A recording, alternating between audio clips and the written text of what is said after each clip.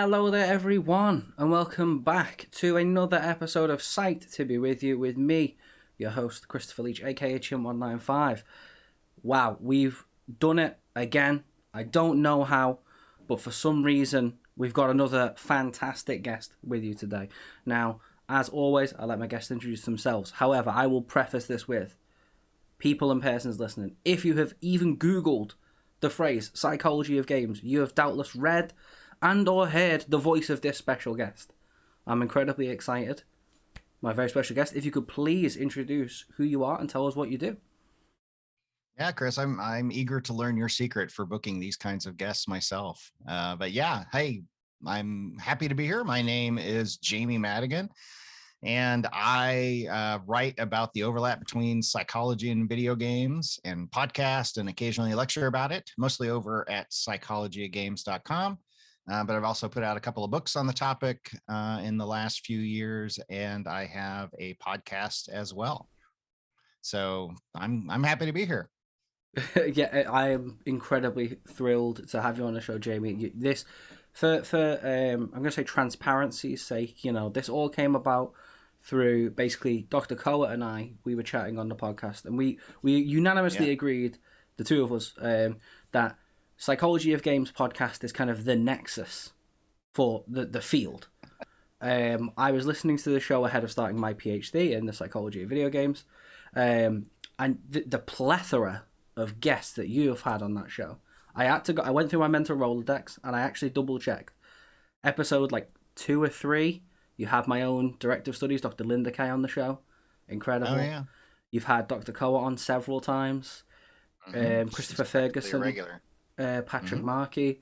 You had the inaugural guest on this show, Dr. Chrissy Cook, I think just after she graduated.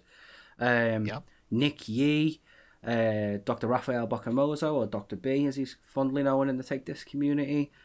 Dr. Anthony Bean, Dr. Ryan Kelly.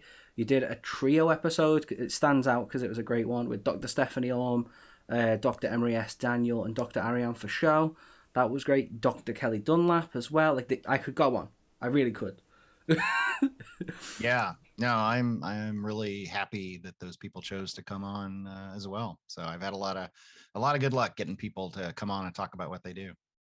It's a great show. It's worth pointing that out. It's genuinely a very good podcast. Well, thanks. Even Dr. Barrett B. Anderson, I think that was it. Anderson. Yeah. That was a great episode. That actually really impacted what I'm actually studying in my PhD. One of those light bulb moments of I could use this. This is genius. I'm gonna look at this. Has actual application to the real world. That's incredible. I know, right? Like, there we go, magic. So yeah, you mentioned you have a great intro. You said it so casually. I've put out a couple of books on the subject. You know, uh, Yeah. tell us about those. Let's talk about that a little bit more. Yeah. So the first one was called Getting Gamers, the Psychology of Video Games and Their Impact on the People Who Play Them.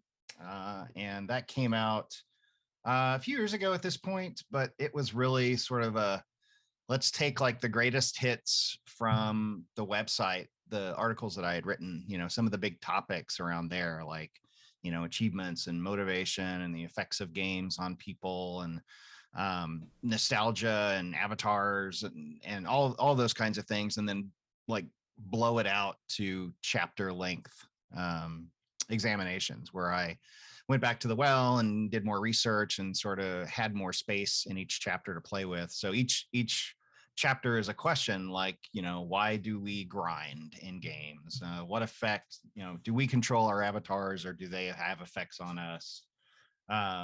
You might say How do these are games get us the to big keep? questions. Yeah, yeah. So I mean, a lot of questions that like people had come up or that I had researched or people, had asked me. So each chapter is like it tries to answer a question about why games are designed the way they are, why we behave as we do when we play them, and why they're marketed and sold as they are. And that one has had a lot of success. It's not like I made it to the New York Times bestseller list or anything, but it's had a real long tail. And I've heard of people like teachers, professors, et cetera, using it as a text in some of their game design classes and psychology classes as well. So that's like amazing to hear. That is sort of in a lot of ways, the highest compliment that I think a lot of, people could pay is that they put this in front of students who are going to be doing this sort of thing for a living, and want them to get something out of it. So that's great. So that one has kind of been a perennial. And then more recently published in 2020, second book called The Engagement Game: Why Your Workplace Culture Should Look More Like a Video Game. So that came out more recently, and that one sort of more explicitly has tied together industrial organizational psychology and video games. So, I have a PhD in psychology, and specifically industrial organizational psychology, or IO psychology, sometimes just called organizational psychology or occupational or work psychology, where we study psychology in the workplace. So, how do people work and lead in organizations of different kinds? And that has always been sort of my day jobs, my area of expertise, specifically, what my degree was in. But since starting to do the psychologygames.com and the first book, I expanded out into other areas. But for this one, I wanted to kind of look and see, like, if you were a manager or a leader of some other kind in an organization, like, what could you learn from good game design to help you do that job better? So how can you, like, motivate people? How can you reward them? How can you get them to set goals? How can you get them to like learn from failure and accept hardships as a way of learning, have like a grit and a growth mindset, and, an attitude that helps them set goals where they're going to be difficult and they may not succeed at first, but they'll get feedback, and they'll want to learn from that. Like, how do you build cultures that you want in an organization? Like, all these kinds of questions are answered by the IO psychology, literature.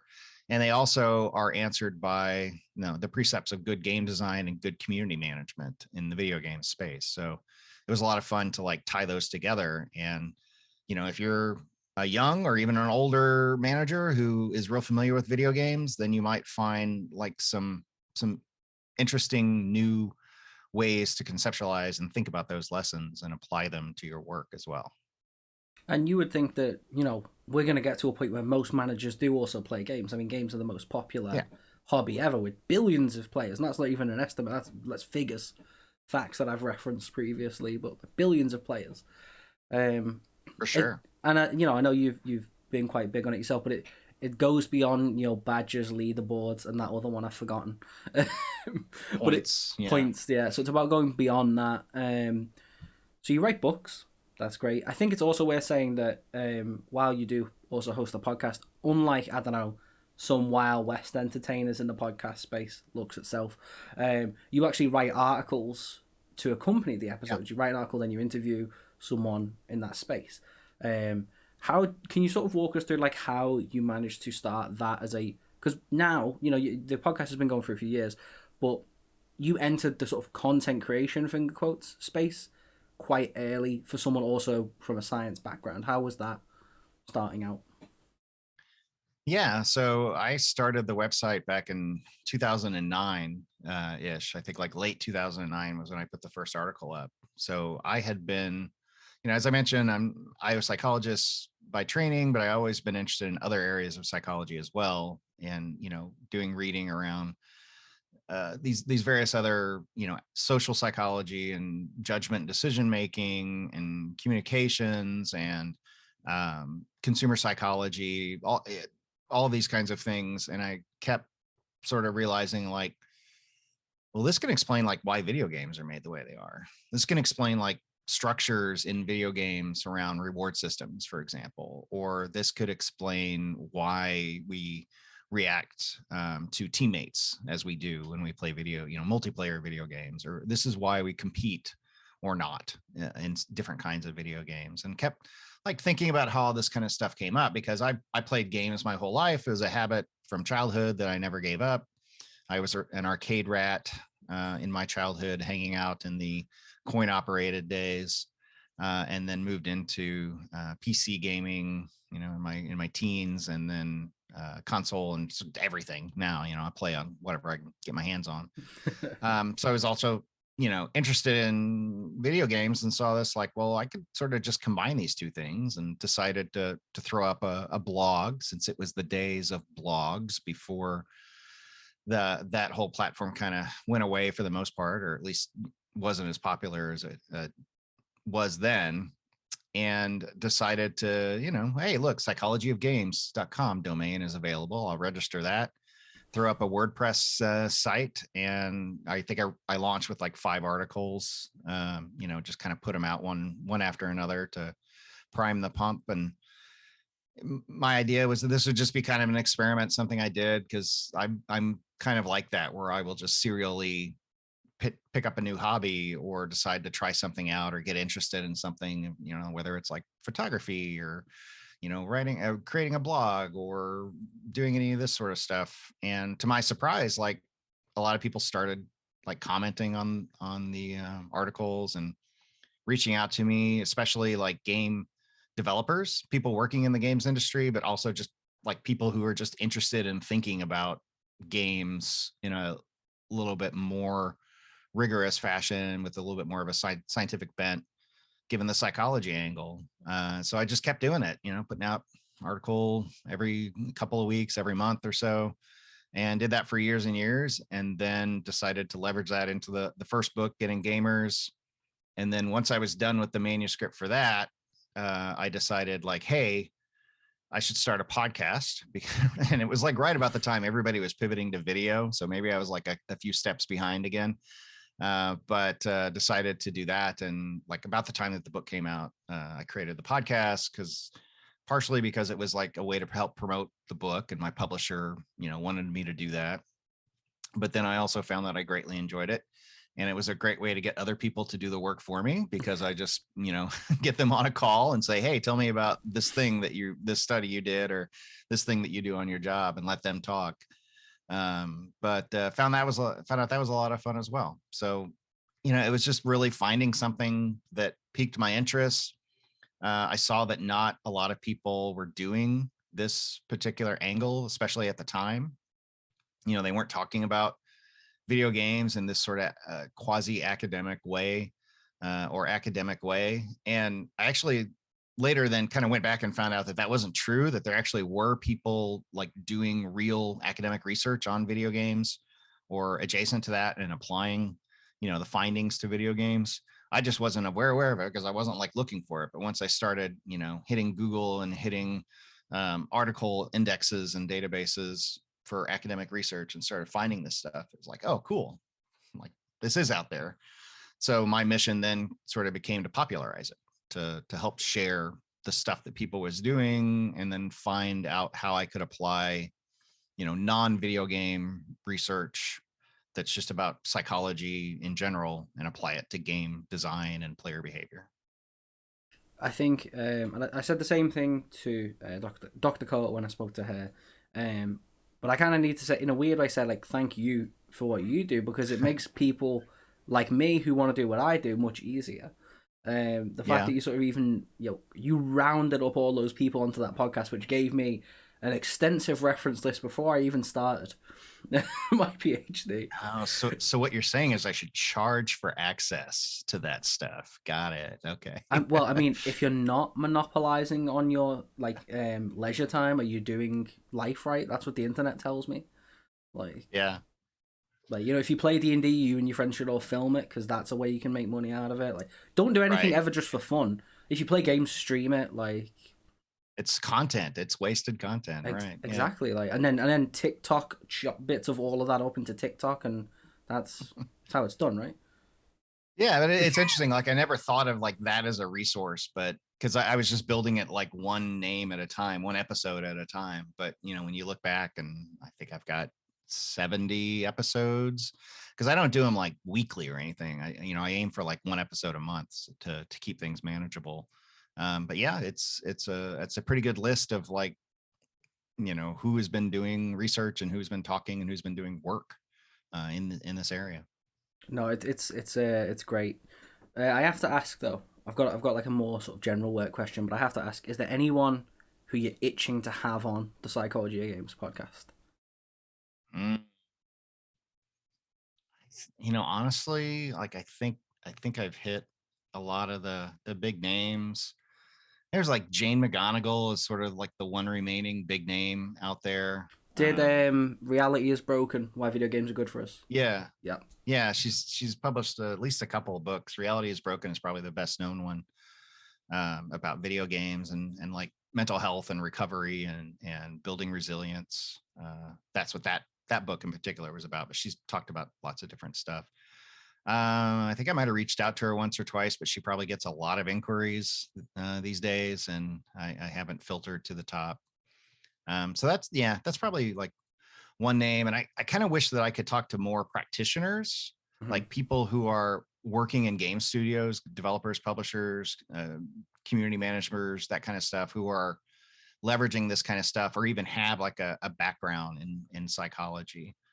Those are great episodes when I can land those people, but a lot of times they're just like, I can't like talk about, stuff that I do for work specifically, in to the public in general, not just me.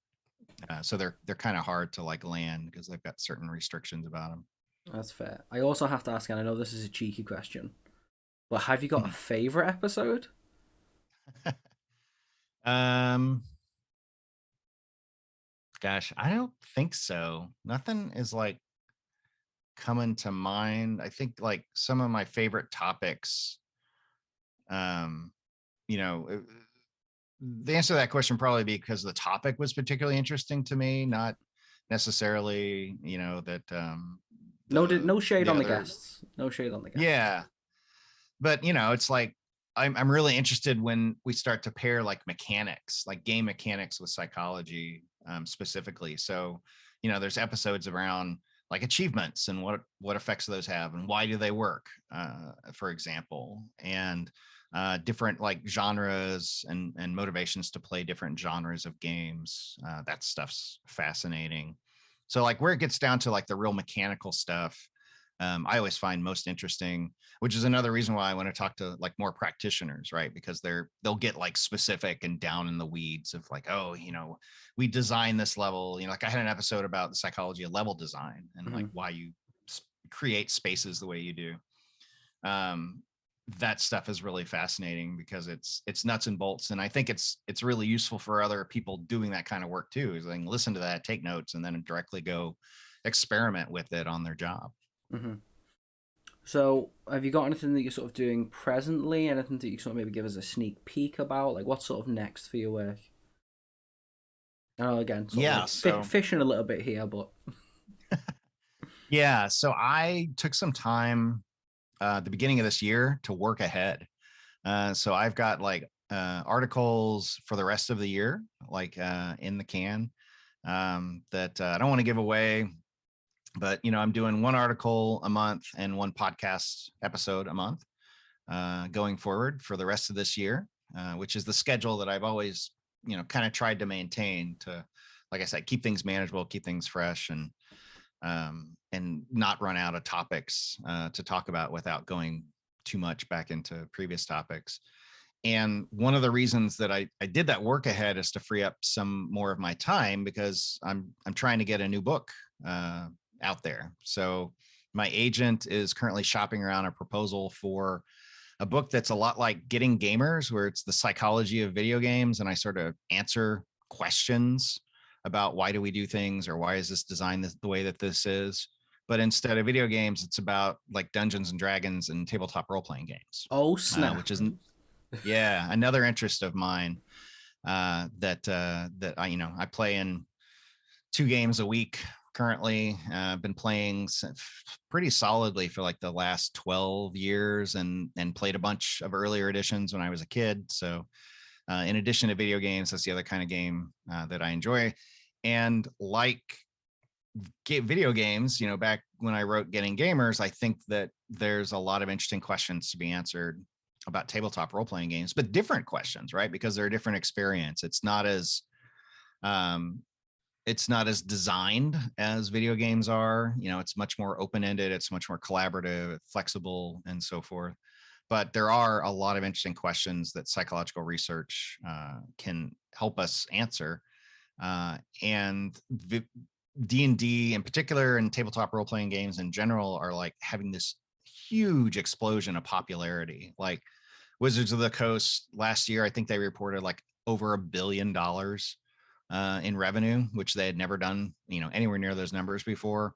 And like with the pandemic that happened in the last couple of years and ongoing, people have started to play more, but they've been doing it like virtually through, virtual tabletop things and Zoom calls and Discord servers and that kind of stuff.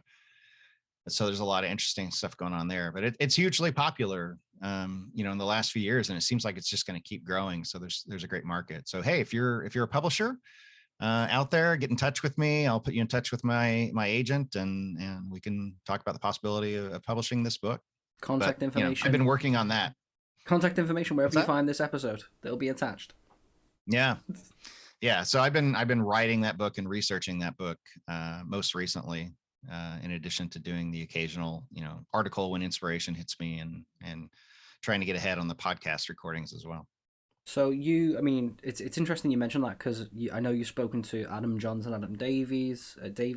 Apologies for pronouncing that wrong. Game to Grow, yeah. Dr. Megan Connell as well. And there's kind of this clinical role, yeah. I've had this great discussion with a couple of those people actually on a panel a few weeks back, and one of the sort of big points is that with video games you can take a lot out of them. You can find a lot in games and then pull that out and relate that to inwardly almost. But with TTRPGs, it's you putting into that world, and I think that's one of the big distinctions. I'm actually really new to TTRPGs myself. I only started playing last year. It's funny that you mentioned it's kind of boomed, because the world being in a really crappy state, and then people wanting to explore to fantasy worlds where things are not as crappy. I know correlation doesn't equal causation, but you know what I mean? Yeah. There's some hay to be made, I think there. There's some things to find out. And kind of coinciding along with it, this, Critical Role is like a behemoth, and it is arguably bigger than Dungeons and Dragons, right? In a way, like it has millions and millions of concurrent viewers, people that watch the YouTube videos of these people playing essentially a Dungeons and Dragons campaign, these professional voice actors. And it's huge, and it's bringing in more people to the hobby than any marketing effort on Wizards of the Coast part. And that's kind of coincided with this rise of streaming and these sort of parasocial relationships that we have with streamers, where we feel like we know them, but it's mostly a one-way communication, but not entirely. Like there are ways to like go back and forth. You're probably not going to have much luck getting the Critical Role people to respond to your comment and chat during their stream, but like smaller groups of doing let's plays or actual play streams, that may be the case. So there's a lot of really cool research going on around streaming and watching people play games as well, both in video games and tabletop games. I'll be really honest. I might be about to embarrass myself on the internet, not for the first time, but I had like only really recently learned what Critical Role was. Like I'd heard of it. I'd even heard of, and this is how you know you've peaked as a person, the Matt Mercer effect. Like I'd heard that phrase before, and I was like, "What is this?" Right. And then looked it up and was like, "Ah, that makes sense." So huge. Yeah, so I'm hoping the book can address a lot of that stuff and help people be better, either DMs, dungeon masters, or players of any kind, really. So it's not self-help, but it's going to be like, here's the research, here's how you can apply this to your game. Excellent. So let's talk about TTRPGs then, because I'd love to hear some of your take on it. What sort of stuff have you played? I've only played D&D 5e and June Adventures in the Imperium. They're the only two I've played, so... Yeah, I'm mainly a D&D person as well, and that's mainly because all my friends that play it as well. I played like a little bit of the Call of Cthulhu game, a little bit of the Star Wars RPG game, which I found really enjoyable too, because it's kind of more a focus on storytelling. But yeah, those are the ones that I played, and D&D is by far and away the one that I play, and it's by far and away the most popular one too in the market. as well in the public consciousness. But who knows? Maybe that'll change. Maybe this will be something that's in the book, but it's like classic question of when you create a D&D character, did you sort of try and embody a lot of yourself in the character, or was the character the antithesis of yourself? Yeah, I'm going to explore that. And I haven't really started that research. And it might vary a lot from person to person, is my intuition. For more experienced players who have made lots of characters and played lots of game, and it's probably going to be more around like mechanics. Like, okay, I want to play like this type of character, and I want them to have these, I want it to be this race and this class and have these feats and this background, because that's all going to be sort of give me the mechanical results that I want. Mm-hmm. But even once you have that and you decide how to role play the character, or new players who are just coming to it and don't know enough about the mechanics to pull those kind of stunts, there might be some interesting stuff going around there around, yeah, do I create like an idealized version of myself? Do I create something that is totally different and that gives me an opportunity to role play and explore and sort of safely experiment with different ways of interacting with people and being a different person? Does that happen? When it happens, like how do you go about doing it, and what effects does it have? If you wanted that to happen at your table, how could you encourage that? If you were the dungeon master or a fellow player, how could you encourage that sort of stuff to happen? Because I know like a lot of people use D&D in therapy right now as like a therapeutic tool, where they will sit with groups of people or even one-on-one and play out the game, and then help them say like, okay, here's your opportunity to experiment with being more assertive, or your opportunity to experiment with practicing your executive functioning skills of like planning and prioritizing and thinking things through before you act. Here's your chance to work on your communication skills and anxiety, reduce anxiety by giving you a safer environment for that sort of stuff. So whether or not people like do it on purpose, there's also the question of like, well, could it be done as a therapeutic tool as well, which is definitely going to be a chapter that I examine, and there's lots of experts out there at this point that are doing that kind of thing. So one of the things I always like to I like to pretend is the USP of the show, but it's not really. It's sort of going, okay, so they're all the things you do, but what was it that motivated you to do that? You've mentioned you had a background in sort of occupational psychology, as how I know it. What was it that Mhm. made you really go, okay, well, this? What was that drive? I've always liked to write. I enjoy writing, and so doing the blog and starting off that way was like an easy way for me to, and that's essentially what it was in the beginning, was like a blogging um phase, I guess, or just an opportunity to like write and have something structured to say, and try to put it out there for an audience. And when it caught on and there were a few people reading it, then that encouraged me to keep doing it and sort of keep exploring. And then hand in hand with that was just an opportunity to like keep learning about like these different corners of the psychology field, because it's a very large and diverse field. You have organizational psychology, clinical psychology, consumer decision making, all of these different areas of psychology. And then that's not even getting into like sort of neighboring fields like communication studies, economics, medicine, even. I've had guests in all of those fields on the podcast and have read their stuff for writing articles or book chapters. So it's kind of that combination of like, well, I like to write and I need something to write about. Then I'm not just writing for myself, and then an excuse to satisfy my stupid curiosity, I guess, around these kinds of things as well. Like, an impetus, a reason, a justification for buying another book or downloading another paper to read. Yeah, I understand that. So we talked about work, but the other side of this coin is, what do you get up to when you're not working? This may shock you, but I play games. Uh, Stop the presses. Whoa, but you have time to play games? yeah, I squeeze it in here and there. Yeah, usually nights, weekends, that kind of stuff. But yeah, I mean, yeah, I play video games. Like I mentioned, I've got 3 different D&D games that I'm in, and which means like 2 sessions a week, since 2 of them are like alternating weekends. So that sort of stuff. And like the cool thing is that in one of those D&D games, my daughter plays with me, and she's actually the one that got me the invite to the group. It was a group that she was in with a friend, and the father-in-law was the DM for it, and they had a couple of players leave, and my daughter was like, hey, my dad's into this kind of stuff, why don't we like get him in? So it's like a mix of teenagers and adults in that game.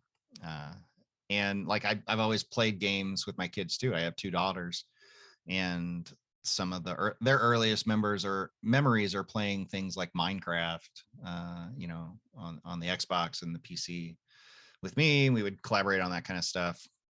So it's fun to fit it in with family. My wife's not a gamer. She never has been. She tried. It just didn't click with her. So, I said, okay, well, if you're not going to be a gamer, I'm just going to build a couple from scratch myself. Never And mind, that ended up being my kids. Never mind. How do we teach the children? You just went, no, this is it. Sorry. Yep. Nope. Sit down. You're going to learn about Minecraft today. Nice. So they both play games. The older one plays a lot of like competitive shooters, like Overwatch and those, and there's into like Genshin Impact as well. Both of them were into that one. But the younger one plays like a lot of casual games, and she went through a Roblox phase where she could like build her own stuff, and she'll spend hours just like building houses in like some Roblox game and doing like interior design for that kind of stuff. And then she actually went through a Valorant phase as well, where she got frighteningly good at that game. It's another competitive first-person shooter, online shooter. And I would like watch over her shoulder. I was like, oh my gosh, like the reflexes of a 14-year-old cannot be underestimated for that kind of stuff. So I feel like, again, this is a slightly perhaps strange question, but it's funny you mention that because, again, it's purely parasocial, but like in the podcast, you kind of time capsule a bit of this, and you kind of mentioned the various things that you yourself or your daughters have been playing. Oh, yeah. Firstly, sort of like, how does that feel to have that time capsule? But have you seen sort of like any real changes in what they've played, and how has that impacted what you've played, or vice versa? Yeah, I mean, they went through phases where they were more or less, into certain games and into certain types of games. I mean, it has been interesting to look back, and I've got like old, photos and screen captures of us, playing games where I've got, I think, hanging downstairs near where the console setup is, like a picture of my daughter standing in front of the TV, where we had 100%ed Lego Harry Potter. One of the Lego Harry Potter games was like, one of the few games that I've gotten like every single achievement for, and we had played that like co-op throughout the whole thing. So yeah, some great memories, and sort of see them evolving, coming in and out of the hobby. Like the older one doesn't play a whole lot of those kind of games anymore. She's like more into Dungeons and Dragons, and she plays Genshin Impact, like I mentioned, on her like iPad. But she has kind of fallen out of it and taken on other interests. And the younger one is playing a lot more as well. Like a lot of the social games now, but also like Valorant and Genshin, and doing those designing games, and sort of like just designing spaces. I think it's kind of funny. I mean, you mentioned this, like she plays on like her iPad. There's still part of my brain that doesn't comprehend just how many games you can get on like mobile now. Like it blows my mind, honestly. Given that, like, I kind of grew up with like the NES and SNES, and like it was always like, oh, this was the games console, this was the thing that played the games, and it was stuck to the TV. Like I love like the DS. I think was probably, I mean, I know the Switch is technically handheld, but there's a reason there were different versions of the DS and they didn't deviate. It's just, and to be able to play games that were that good, portably. You can play Final Fantasy VII on your mobile now. That's wild. Like, never mind like remote play options, like with some of the consoles as well. Yeah, stream a game from your console to your phone. That's Yeah, and I lived through, the launch of those kinds of platforms and saw the mobile game scene grow up and change. And there was like a moment when, I had like not even an iPhone, but it was like an iPod Touch, which was basically like it just played music and did apps, but it had like the touch screen and everything. It wasn't like a phone. You couldn't connect to the internet through a browser or chat or anything. I love that like you've had to define that, and because there were people that don't know what an iPod Touch is. Yeah, I've right. still got my old iPod Touch 4. I still use it. only for music at this point because you can't get apps on it. But like, yeah, like Yeah. I remember when they came out, it was huge. It was like, whoa, you can have games and And things on it. Like what? and there was a moment where like, wow, this is going to be great. There's going to be so many cool games because they were making games under like the old model of, like you pay $5 and you own this game and you play through it. And then sort of over time that morphed into like where the free to play models and the freemium models took over, and games as service, sort of moved from there into other spaces. And I don't like those kinds of free to play games. I don't play them. They don't make good use of my time. They're not respectful of my time and so forth. But I'm not going to be like a gatekeeper and say that like those aren't video games or those people aren't real gamers. Of course they are. And you're right. It's just amazing that everybody has like this incredibly powerful gaming platform that they carry around with them, and they'll take out when they're stuck in line or waiting for a flight, or just they're lying in bed, you know, It just to kill a little bit of time. it really is like frighteningly baffling yet amazing. It really really is, and I think the thing for me is that I'm also I hard agree with you on the philosophy there that my kind of view for games is that for every pound that I spend on it, I want to get an hour's gameplay because Okay.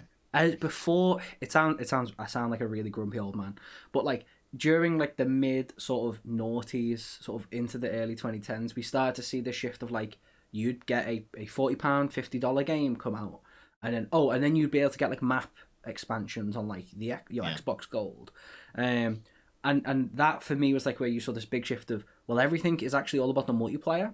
The single player campaign is like 6 hours, play it on all the difficulties, but play online. Play online, that's what we want to see you. And I've always been I like single player games though. That's why I play big JRPGs that are 100 hours long because they're great value for money.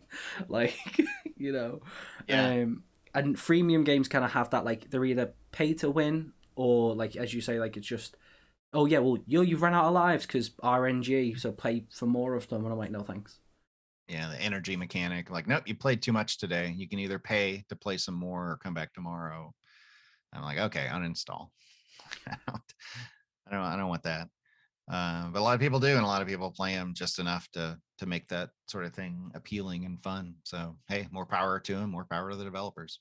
I think it's one of them where like I already have I don't like to say I have free time because I'm a PhD researcher, so I have like Mhm. non-work time, and I don't need a game to regulate how much I can play because I already know I have very limited time to play. Right.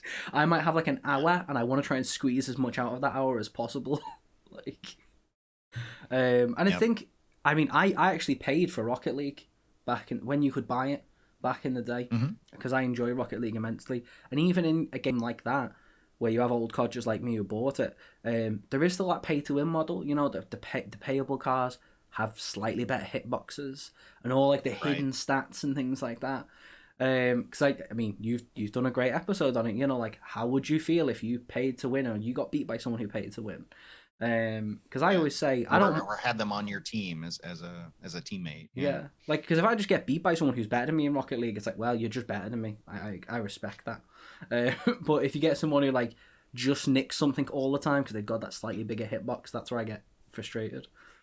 Um, Yeah, and it's all about perception there too, and how the developers and people who are in charge of things like UI and marketing and pricing and all that sort of stuff can frame that information or surface it or not, and whether or not rumors take off, or people say like, look, I've done the math, this car has a better hitbox and can increase your win rate by 0.04% or whatever. um I mean, it's less than yeah. 0.05, so it must be worth it. That's true, it's significant. Psychology jokes, let's go. Yeah, yeah. The confidence interval does not contain 0, so we're Flying, good. flying. I think for me, like with games like that, like I enjoyed Overwatch immensely, but again, in relation to like a backlog and b time, there was this kind of like I struggle to be able to get back into it because like the training against the eye was just nowhere near playing PvP, and like you Yeah, rack up levels and then you get put into these really high level games and I'm just awful, and then I'm just like, well, it's not for me. yeah, yeah. I funny you should mention Overwatch. I still play it. That's like my go-to game whenever I have like 30 minutes and I just want to play a little something. And I'll jump into the casual mode because the competitive mode is like just too toxic. Like there's just too many tryhards and people there that will yell at you for what they perceive as mistakes. But in like the casual quick play modes, it's still pretty enjoyable for me, and I can still have a good time. But yeah, you do get matched in, and I don't know, sometimes I suspect that like all of those bronze level players or smurfs who are like, retired pros from the Overwatch League or something that are going in there and just created these new accounts and are just enjoy stomping people like me. But yeah, I have enough fun. I mean, games being fun, like that's a strange concept. Yeah, for some people. That's a nice little segue then into have you been playing anything recently? That question was not Yeah, taken from any other podcast that might ask any similar or other questions. Similarities are on accident. right. It has been all Elden Ring all the time, almost, for me since it came out in February. It's been all that been playing, and I bought it twice as well. So, like, I bought it on the PS5 originally because that's where I like to play those kind of games. On the big TV and sitting back on the couch. Hmm. But then, like, a couple of the guys that I have like a Tuesday night kind of online PC gaming, uh, standing meeting with those guys, who are not the kind of people that normally play games like Elden Rings. Like, they never played any of the Dark Souls games. Like, they both picked it up and they're like, "Hey, let's play." So I'm like, okay, fine. So I'll buy it on Steam, like start over with them. So I haven't actually beaten the game yet. Like, I haven't seen credits or beaten the final boss. Um, One, because I keep going back and like creating new characters and like replaying the early parts of the game as well, which Elden Ring's not an MMO, but that's something that you see a lot of MMO players do. They have altitis, where they go back and create alternate characters. And then in that Tuesday night PC gaming group, like, we will help each other. So we will like go into each other's worlds and do cooperatives. So it's kind of like taking 3 times as long to progress the main quest storyline for that, because we keep going back and forth and helping each other get along. But that's a lot of fun to do that. So I So feel Elden Ring is definitely the answer to your question. fair enough. I feel like I have to ask. So would you describe yourself as a pro gamer for being able to play games such as Elden Ring? No, yeah, no. A lot of people played those kind of games. A lot of people have beat them that aren't like incredibly good gamers. They have a reputation for being really hard and punishing, because they are. Like, you have to be deliberate about them, and you have to sort of learn and do things right. But they're not. I mean, I've played harder games than Dark Souls, and Elden Ring in particular is much more approachable even than a lot of the Dark Souls games. It's still difficult. You'll still get stomped if you are careless, but it's doable. Okay, so imagine just like that moment of all the reporter microphones appear and like games harder than Dark Souls. Please tell us more. I mean, I'm talking about like the super masochist games like Super Meat Boy or Oof. Ori and the Blind Forest. Like, that one was really hard for me for some reason. Like those types of games that are just built around being punishing and difficult. I tried Spelunky once. Oh, Maybe, you know what? Maybe I'm just bad at platformers. I'm like naming all these games off. They're just like traditional 2D platformers for the most part. And I'm just bad at those. Um, I never had my formative like Mario years. I was okay. a PC gamer during that time and only kind of went to consoles later. But yeah, there's some that are harder, and a lot of like online games as well have really steep learning curves. Try going on to League of Legends as a new player, for example, and that is going to be a difficult experience. I'd love your take then, and I know this is it's a bit of a hot topic. It was a big thing around Elden Ring. You've used the term gatekeeping already.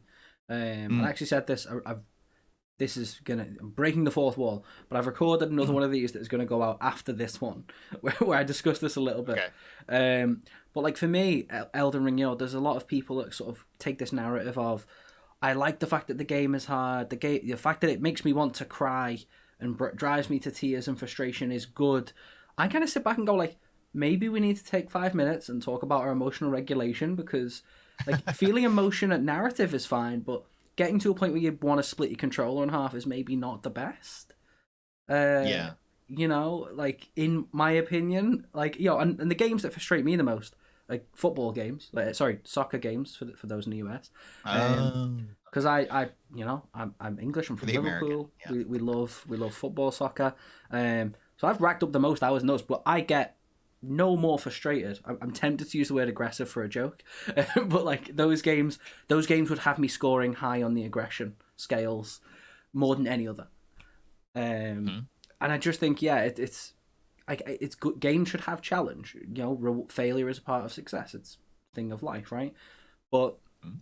it's just really interesting that there is this narrative of no, like it shouldn't have an easy mode because that would ruin the game. Whereas for me, it goes back to what I was saying before.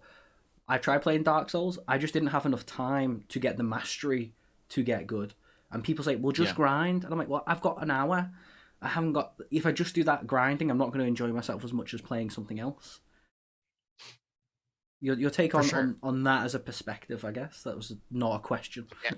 I mean, play what you enjoy, right? Like if you're having a bad experience and it's not getting any better, then like you don't have to prove anything. You don't owe anyone anything to keep having that negative experience, and go and play something that you enjoy more for whatever reason. 100%, totally agree with you there.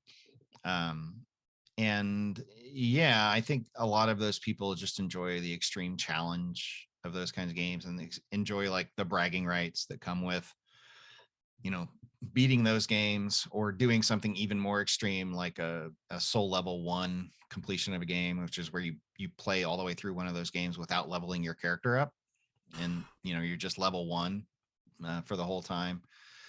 And then go on Twitch and look on YouTube, and you'll find people doing even crazier stuff, like I'm going to play this whole game without ever taking a single hit. Like if any boss hits me once, then that's the end of the run.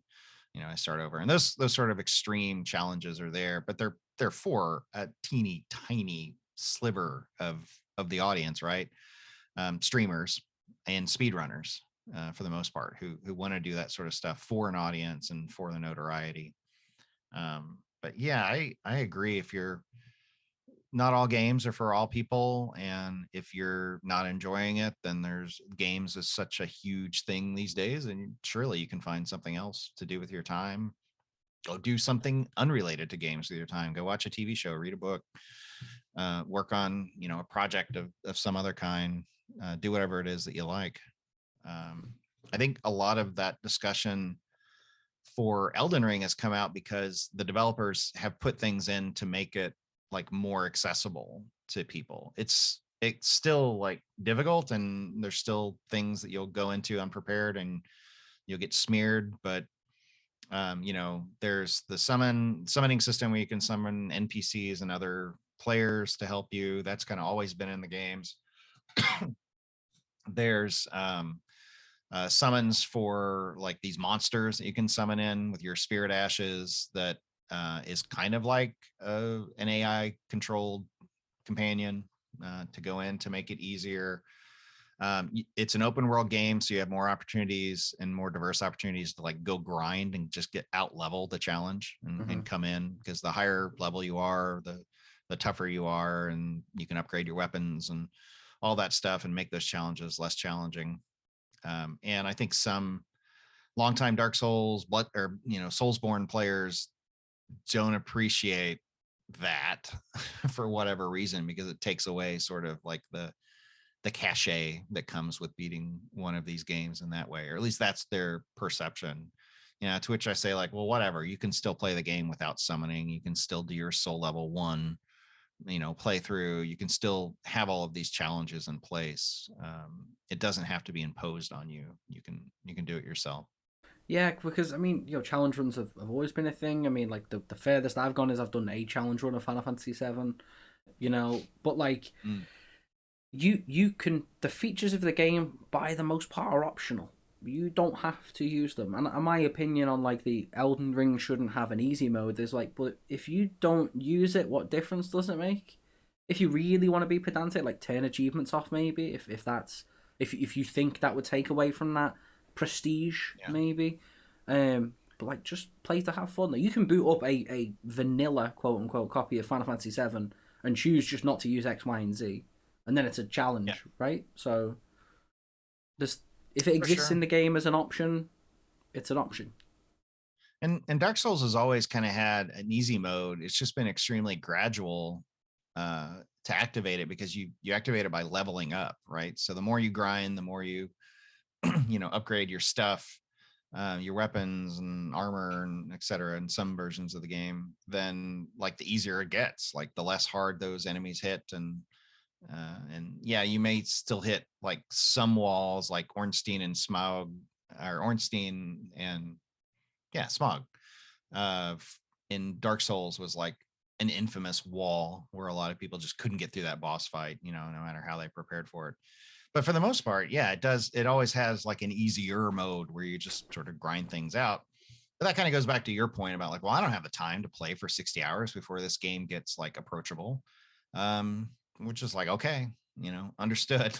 But that's the experience. And then FromSoft has actually sort of made that less of an issue with Elden Ring by giving you other options right out of the gate, or soon thereafter.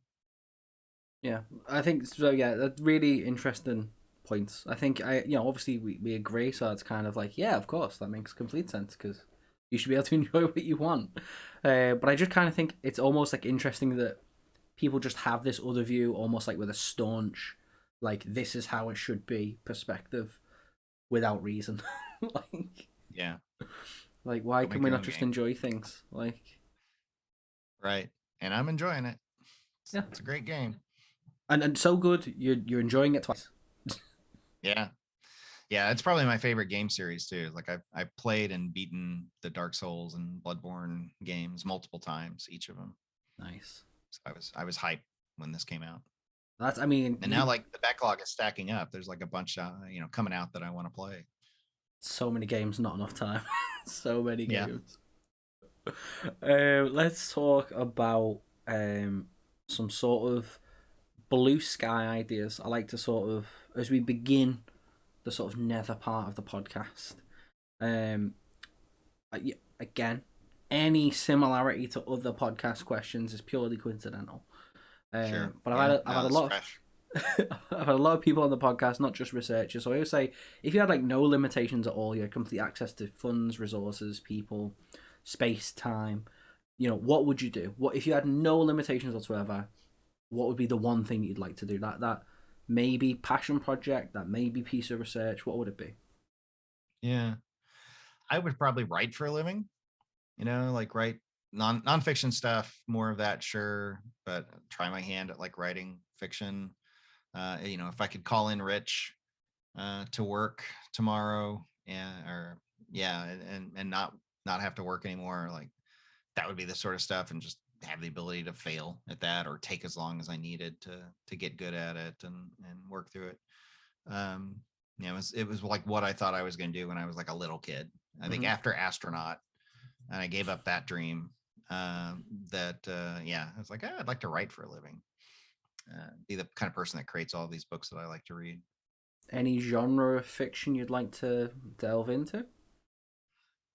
I probably like genre fiction of some kind, fantasy, sci-fi, horror, that kind of stuff. I, Probably. I would say that my favorite genre of book is probably sci-fi dystopia. Okay. Just Well, like, this has been a good, last 20 years for you. That's been a very popular genre. Yeah. yeah. I mean, I read. I was listening to the audiobook. I use read interchangeably because accessibility is important. Sure. But I read the Stand by Stephen King in 2020. That was terrifying on You know, a multiple lot of other levels. people. Yeah. Yeah, like, yeah. So I definitely sci-fi fantasy. I'd read it. I'd read it. Okay. Well, there you go. I have one buyer, guaranteed. I'll build from there. Yeah. Would you ever be interested in like writing like a D&D module or something? If you Yeah. haven't already, like the DM's Guild exists. Yeah, it does, and it's easier than ever to self-publish that kind of stuff and get it noticed and get it in front of people. So that's always an option. Might do that, after this project that I'm working on now. That might be fun to do. I, I've DM'd a lot in the past, and I usually take like an existing campaign setting or module and then just completely wreck it, adding my own twist to it and changing this or that. Just because it seems less work than creating something from scratch, but more fun than following it rotely, to the letter. Mm-hmm. Out of interest, then I asked because I've recently started GMing a June game with a couple of friends. I've never GM before. I've played a little bit of D&D 5e. For me, the biggest difference has been as a player, you're like, I'm gonna do something that the GM doesn't expect. That's my aim for us to succeed. DMs love that. Yeah, and then as a GM, I'm like, right, this is the module. I've maybe laced a little bit of homebrew in here there. Oh, I'm definitely going to expect them to do this, and then they just go Wild West, just add into Right. another country, and I'm just like, I did not think you would do that. Like, Yeah, and kind of one thing that I've experienced both as a player and a DM, like the best moments are when players come up with something weird like that, and the DM is just like, yes, that works. Let's go. Let's find out where this goes, because it's collaborative storytelling, right? Like the DM or the GM is not the only one there, like setting up a story and telling a story. Like they're putting the pieces in play, and the players are shoving them around. mm-hmm. To see what happens, and it's a story creation engine that is collaborative, and sort of the more you can get your head around that, I think the more fun you can have with the group. The drawback is that it does require a certain amount of improv and extemporaneous, like let's just go with it and figure this out kind of thinking, as opposed to like, let's plan this out and you guys are going to check off a bunch of boxes that I've set up for you. Mm-hmm. Ye old rule of cool, as it were. That's right. Yeah, the rule of cool should be in play in every game, in my opinion.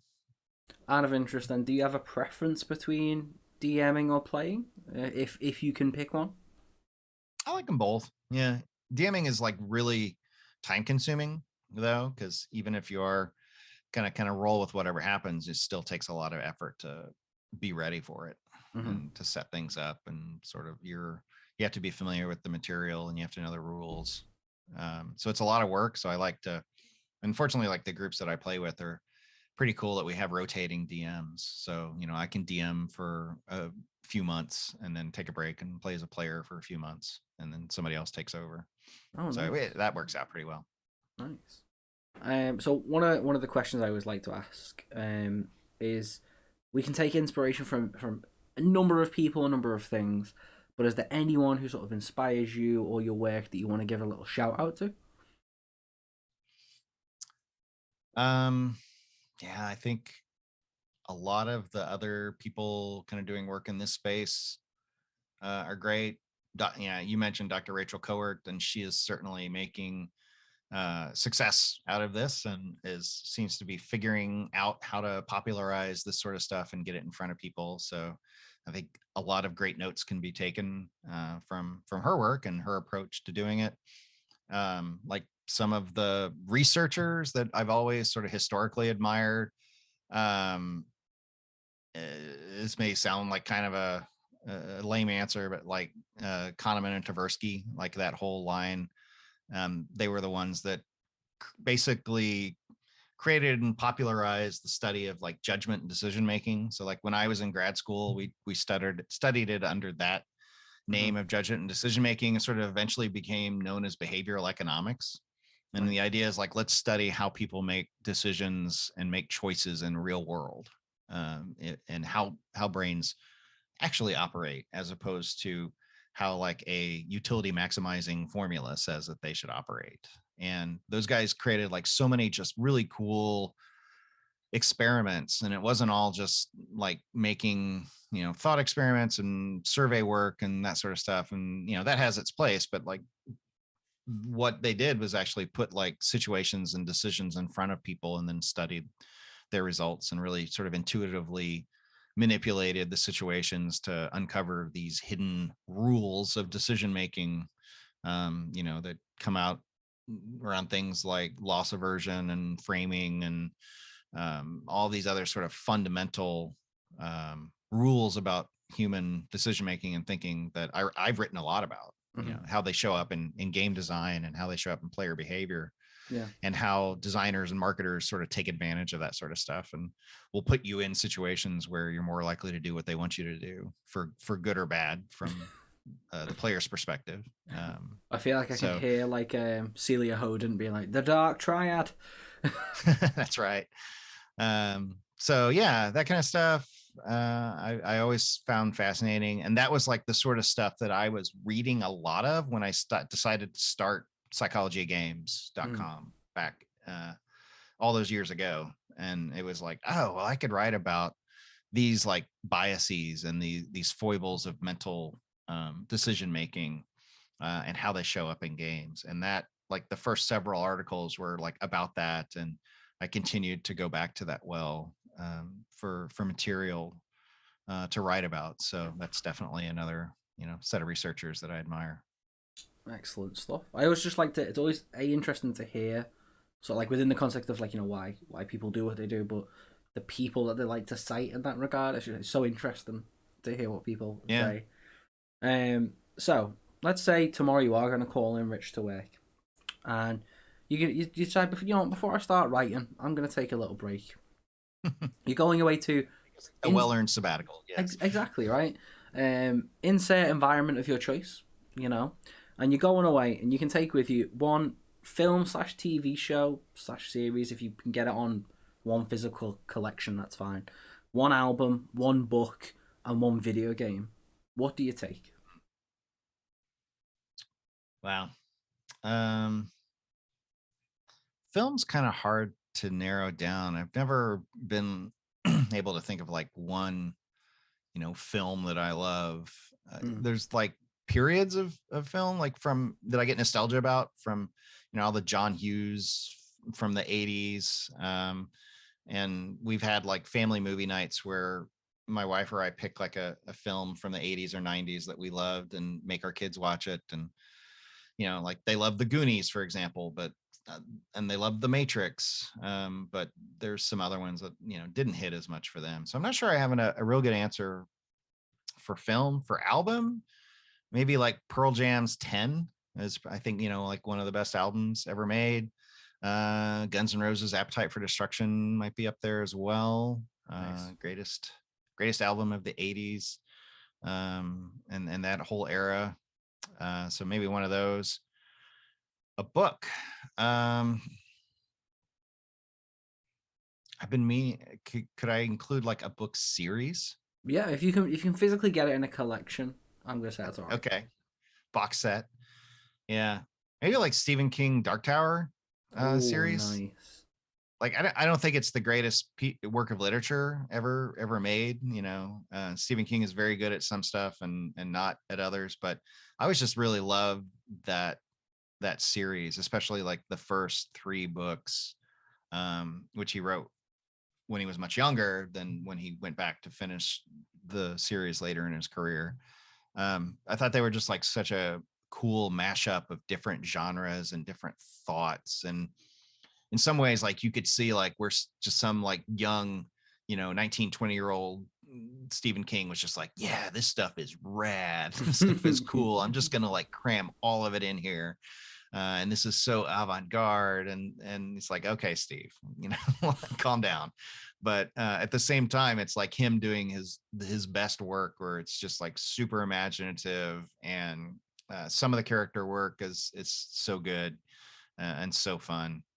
And it's a good long series, so that would eat up a lot of my free time on my desert island sabbatical. Mm-hmm. Um, a video game, probably like Elden Ring, I guess, would be maybe the unsatisfying answer. I could go back. That's a big game. I Mm-hmm. could hopefully finish it.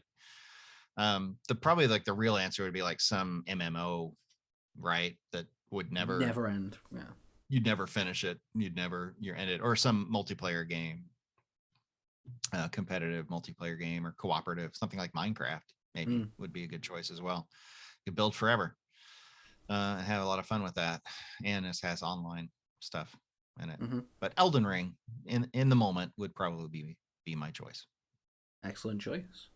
Instead of a film, you could maybe have TV box set if that would make it a bit easier. Let's take all of say 30 Rock. Nice. The TV show. Or no, wait, Parks and Rec. Parks and Recreation. Classic. I've been meaning to do a rewatch of that. Anyway. Parks and Rec is fantastic. It's good comfort TV. Yeah. Yeah. Excellent. It sounds like a fun sabbatical. I'll say that. Yeah. As we sort of begin to wind down, the last sort of couple of questions are: firstly, have you enjoyed being a guest on a podcast as opposed to the host? Yeah. No, I always love coming on to talk shop. And like I said, I let my guests do most of the talking on my podcast, so it's always fun to get asked the same types of questions and to be able to talk shop about psychology and games. So I always have fun. Excellent. Second is, where can people find you? What's the best place for people to reach you? All the links will be attached wherever you found this. Yeah, psychologygames.com is if you went to one URL to find out about me, that's the place to go, because it's got all of the podcasts, all of the articles that I've written over the year. There's literally hundreds of them that are just sitting there free, waiting for you to come discover them. And then also there's links there to find out how to follow me on social media, mostly Twitter. I'm at Jamie Madigan on Twitter. I have like a Facebook group that I update whenever I put new stuff out as well. And then psychologygames.com/book is hang on, is it book or books? If you've played the Wordle, you'll know that S makes a big difference. That's true. Yeah. It's /book. You can find out about the engagement game and the Getting Gamers, the psychology of video games books there, and any future ones that I may put out, as well as some other works that I've like written chapters for as well. You can find that stuff there. Excellent. Well, I always like to turn the tables and say, do you have any questions for me? I've had a couple. I've had the Desert Island one, I think, a couple of times. But anything, any burning questions that have developed through the course of the episode? What are your career plans and expectations? Like, where do you want to go with this whole psychology and video games and other related stuff? The dreaded word, do you see yourself in 5 years? Yeah. Honestly, next 5 days sometimes. 5 days. I wonder. Well, if within sort of the next couple of weeks, PAX East, hopefully. Nice. I couldn't make it this year. I had great times at PAX East, so please enjoy some PAX for me. I will take an extra bite. Honestly, not in academia. No. Honestly, like, there's a lot I want to do in research, but I just the bureaucracy, the systems just don't sit well with me. It's just it's energy I haven't got. Like, marking is the worst thing in existence. I like teaching. I'll do like guest lecturing for anyone because that's no marking. But that I just don't enjoy it so much. I think I'd love to, work sort of in some sort of sector related stuff and sort of maybe like work with like game design. Doing my area specifically is video games and student mental health. So looking like along those lines. So really looking at like what are these practical applications to help reduce stigmatization and potentially like help change people's sort of thinking a little bit. I mean, I'm very privileged to say I'm already affiliated with charities like Safe in Our World, Take This. Like doing research with those type of organizations, I think is the dream job, really, at this point. If I'm being really ambitious, I had a dream a while ago to get into some level of therapeutic practice. Now the route is a little bit different in the UK in that you essentially have to have a PhD as a doctorate because PsyDs don't really exist. You can do Yeah. professional doctorates and maybe a clinical doctorate, but they're like the pool of those is very small. That most people do a PhD in research and then do like a year's training to work clinically. There's also therapeutically, psychotherapeutically is the exact term. I'd love to do that, like work with people one to one, and maybe include games as part of that. I know that's a thing that people do. Um, so yeah, I've got a lot of research. I've got a lot of things that I want to shout about, particularly in the mental health space and in the Yeah. disability space. Um, so yeah, like I don't know, like a little bit of everything, like some research here, some activist work here, I guess. Like Yeah. maybe That play sounds some like a good plan. games. That'd be great. It's called research. Yeah. When you're doing that. Not enough research on my end. Then need to do more research. Hire some assistants, play some games for you. Yeah. Can you write? Can you just play this and write a review? Thanks. That'd be great. Yeah. Um, Write this grant proposal. yeah. Well, that's all the questions from me. If there's anything else you want to say, otherwise, Jamie. No, this has been great. Thanks for having me on. It's always a good discussion. Yeah, well, thank you so much for coming on. As I say again, thanks for doing the podcast. Thanks for having the website. It's great. I wouldn't have a citation list without it. Glad Yes. to help. So for our, I'm just going to flick over to the ending screen for those watching the video. We'll now say goodbye. Thank you for listening. I hope you've enjoyed this episode. Jamie, I'm pleasure to say I have been psyched to be with you. Thank you for joining Fantastic. the show. Same. And we'll see you all next time. Bye bye. Bye bye.